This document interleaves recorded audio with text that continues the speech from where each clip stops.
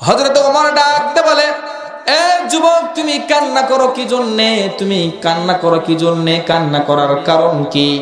তোমার কি সমস্যা হয়েছে তুমি বলো, তুমি কান্না করো কি জন্যে?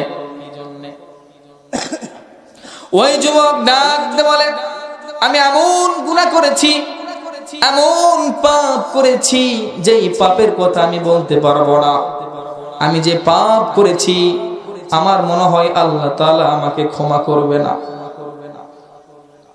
বলো কি পাপ করেছো? যুবক বলে, না না, আমি আপনাকে বলতে পারবো না। তাহলে চলো নবীর কাছে তোমাকে নিয়ে যাই, নবীর কাছে তুমি যাই, তোমার কথা বলবা তুমি কি গুনাহ করেছো।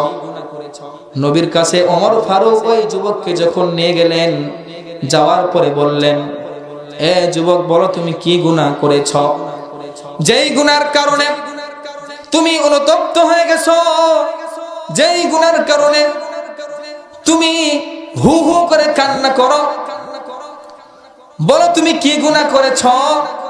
যুবক ডাক দিয়ে বলে, আমি একজন কাফন চোর। বলেন কি চোর? কাফন চোর বোঝেন? কবরের কি? কাফনের কাপড় চুরি করে। আমি একজন কাফন চোর, আমি কাফন চুরি করি, এটা আমার পেশা। কিন্তু আরবের মধ্যে একজন নারীকে দু একদিনের মধ্যে তাকে দাফন করা হয় কবরের মধ্যে।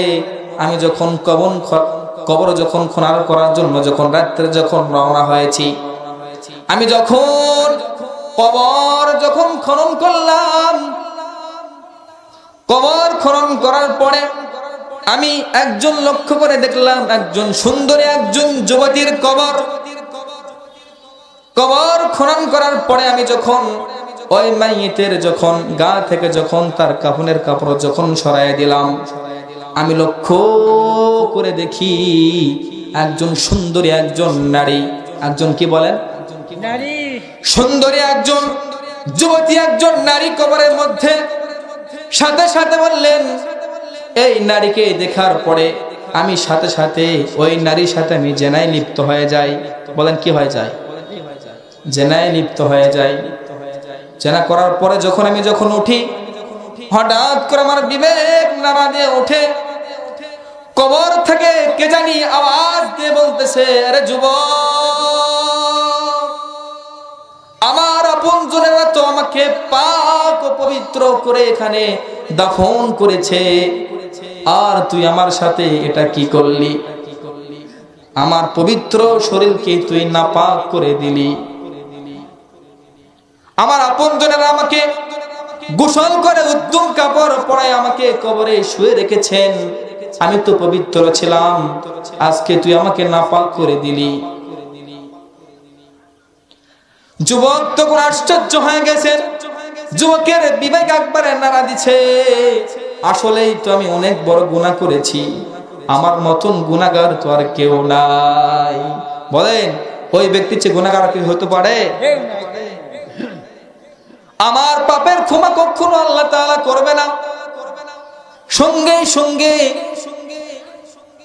হযরতে ওমর ফারুক রাদিয়াল্লাহু তাআলা আনহু আশ্চর্য হয়ে গেলেন, বললেন, বাবা, কি তুমি গুনাহ করেছো?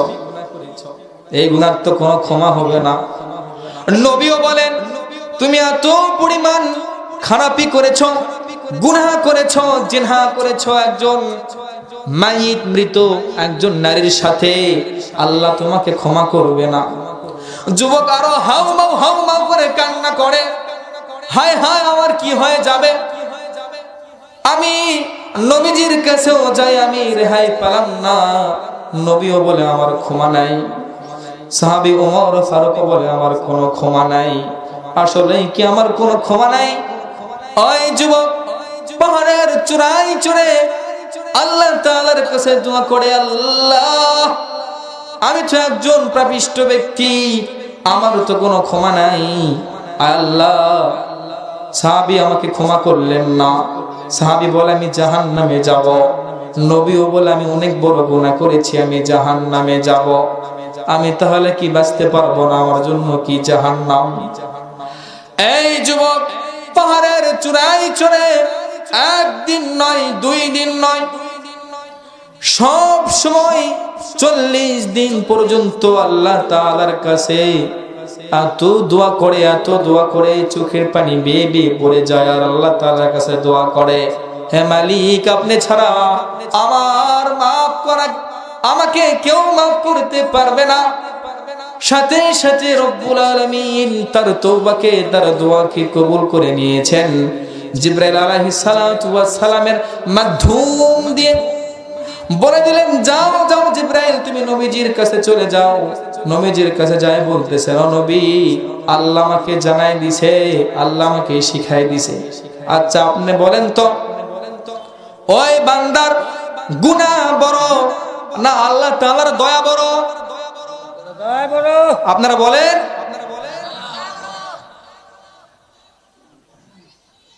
নবী ডাক দিয়ে বলে, আল্লাহ তাআলার দয়া তো অনেক বড়। আচ্ছা বলো, ওই বান্দাকে কে সৃষ্টি করেছেন? আল্লাহ। নবী ডাক দিয়ে বলে, আল্লাহ তাআলা ওই যুবককে সৃষ্টি করেছেন। আচ্ছা বলো তো দেখি, দুনিয়ার যত মানুষ আছে, যত পশু পাখি আছে, সবার চাইতে ওই বান্দাকে বেশি মহব্বত করে কে? বলেন, কে বেশি মহব্বত করে?